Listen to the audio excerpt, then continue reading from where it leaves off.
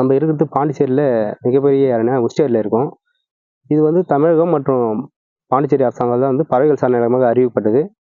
இங்க வந்து பார்த்தீங்கன்னா, நெறைய பறவைகள் வரது ரொம்ப அதிகமா இருந்தது. இப்ப பார்த்தீங்கன்னா, ரொம்ப வருஷத்துக்கு வருஷம் வந்து ரொம்ப கம்மியாயிட்டே போகுது. இது எதனால கம்மியாயிட்டு போகுதுன்னா, இங்க இருக்கிற தொந்தரவுனாலயும் வேட்டையாடுறதுனால குறையுது. ஒரு 6 ஆண்டுகளுக்கு பிறகு வந்து இப்ப வந்து ஃப்ளமிங்கோஸ் வரது ஆரம்பிச்சிருக்கு. இந்த வந்திருக்கிற ஃப்ளமிங்கோஸ் வந்து கரெக்ட்டா வந்து இனப்பெருக்கம் பண்ணி இங்கருந்து போகணும்னா வந்து நம்ம பாதுகாக்கணும். அது எப்படி பாதுகாக்கணும் பார்த்தா, இங்க வந்து தொந்தரவு என்னன்னு பார்த்தீங்கன்னா, மீன் பிடிக்கிறதுக்கு வலை விடுறாங்க. அதெல்லாம் வேட்டையாடுறாங்க. இது 2த்தையும் வந்து புதுவை அரசாங்கமும் சரி, தமிழக அரசாங்கமும் சேர்ந்து இதுக்கு உரிய நடவடிக்கை எடுக்கணும். அது மட்டும் இல்லாம வந்து இங்க வந்து பறவைகள வந்து வர்றதுக்கு அதிகமாகணும்னா, அதுக்கு உண்டான ஒரு சூழ்நிலைய வந்து அரசாங்கம் அமைச்சு தரணும்னு கோரிக்கை வைக்கிறேன். இந்த விஷயத்துல அதுங்களுக்கு என்னென்ன ஃபுட் கிடைக்குது? ஏற்கனவே என்ன கிடைச்சு அதுக்கு வந்து ஃபுட் வந்து பாசி தான் சாப்பிடும். இங்க வந்து நன்னீர்ல இருக்கிற பாசிய வந்து நன்னீர்ல சாப்பிடும்.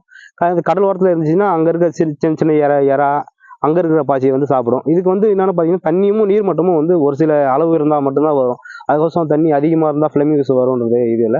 அதுக்கு ஏத்த சூழ்நிலை தண்ணீர் அமைந்தால் மட்டுமே வந்து வரக்கூடியது. இப்ப தண்ணி கரெக்ட்டா இருக்கு வரும். அது வந்து வந்திருக்க ஃப்ளமிங்கோஸ் வந்து நம்ம டிஸ்டர்ப் பண்ணாதது தான் அது மேற்கொண்டு நெறைய வர ஆரம்பிக்கும்.